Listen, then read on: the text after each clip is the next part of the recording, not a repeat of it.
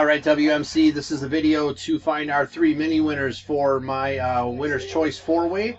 So we'll check the time, May 3rd at 7:50 p.m. We're going to go over to the mini and type live. And we've got May 3rd at 7:50 p.m. There is the list of our 18 entries. We're just going to randomize your names, and then the top 3 after the final roll will win spots in the main.